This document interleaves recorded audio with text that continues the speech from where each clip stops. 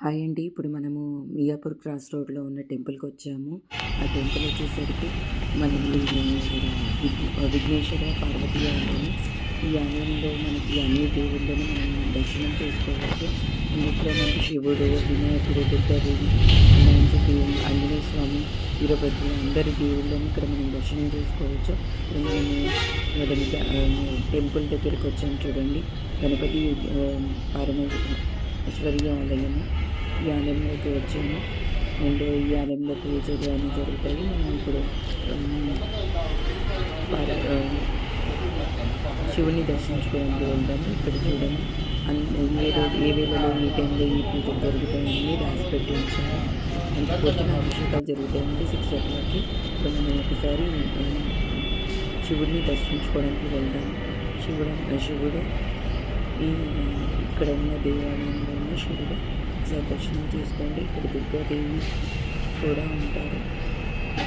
అక్కడ పూజ జరుగుతుంది, అందుకని చెప్పి చేశాను. అండ్ మొత్తం ఆలయం చూసుకుంటే ఈ ఆలయం మొత్తం అన్ని దేవుళ్ళందరూ మనం దర్శనం చేసుకోవచ్చు. అలానే ఇప్పుడు మనం వినాయకుడి దర్శనం చేసుకుంటాం. ఈ వినాయకుడు చాలా పూజలు చాలా జరుగుతూ ఉంటాయండి. అండ్ ఇంకొకటి ఏంటిదంటే అండి, ఈ గుడిలో చాలా కార్తీక పౌర్ణమి అని చెప్పి అలా పూజలని, మళ్ళీ దసరా అని, నెక్స్ట్ మొన్న పార్వతీ కళ్యాణం అని, ఇలా శివుడి కళ్యాణం అని ఇవి చాలా జరుగుతూ ఉంటాయి. ఇప్పుడైతే ఎవరైతే కావాలి అనుకుంటే ఈ మియాపూర్ క్రాస్ రోడ్లో ఉన్న దేవుడి దర్శనానికి వచ్చి దర్శనం చేసుకోండి. ఇక్కడ అందరు దేవుళ్ళు ఉంటారు. మీకు ఒకేసారి అంతా దర్శనం అవుతుంది.